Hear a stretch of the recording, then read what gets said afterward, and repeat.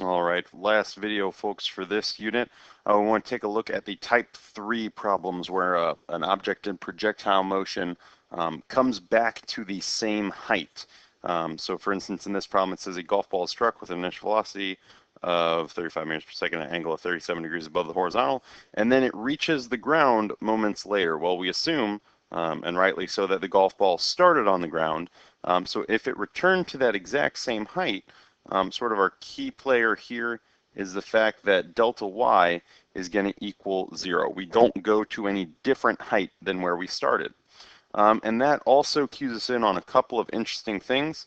The main one being that our final velocity in the y direction is going to be the opposite of our initial velocity in the y direction.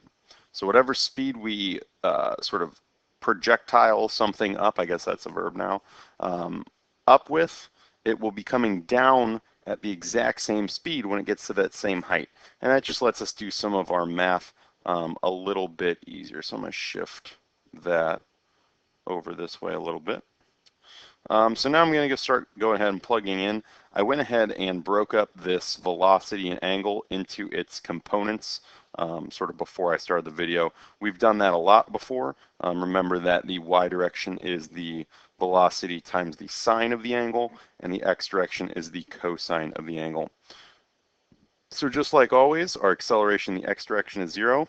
In the y direction, it's 10. And here, just like in the type 2 problems, we want to make that negative. I'm running out of battery. I better hurry. Negative 10 meters per second squared. Our initial velocity, we calculated out. In the y direction is 21.1. In the x, it is 28. In the y direction, we also have an initial velocity of 0. And like we said over here, we can say that the final velocity is 21.1 just in the negative direction. You don't have to be able to do that, but by being able to say that, it lets us, for these math type problems we're actually calculating, it lets us do an easier equation. So I'm going to do that here. If I'm looking for how long the ball is in the air, that's my time. I don't have that much information in the x, so I'm going to do it with the y direction. So I'm going to say VF equals V naught plus AT. Negative 21.1 negative equals 21.1 plus negative 10t. Subtract 21.1 from both sides, I get negative 42.2 equals negative 10t. And my time then is 4.22 seconds. Just like in all the other types of problems, we start with that using the y direction to find the time. That is a common theme throughout a lot of these problems. Question is, how far away did the ball hit the ground? Well, now we're looking at, didn't want that necessarily. Let's see what this does. Now we're looking at delta x, how far away is v naught t, but now I've got to use that initial velocity in the x direction, which was 28. That same time still applies. And 28 times 4.22, let me get my calculator out, I should have done that earlier. Let's see. It's going to be a little bit over 100, so 28 times 4.22, 118 meters is our delta x. 118 meters. To then do the maximum height of the ball, this is where people get a little bit tripped up sometimes. In order to do that, we want to either reset our table with brand new values for the maximum height. We have to switch out some of those. Our delta y is not going to be equal to 0. Our time is not going to be 4.22. And our final velocity is going to be equal to 0 now. The time here, time for the max height, you can do as the half of the time for the round trip. So that's a quick little shortcut. My time here would be 2.11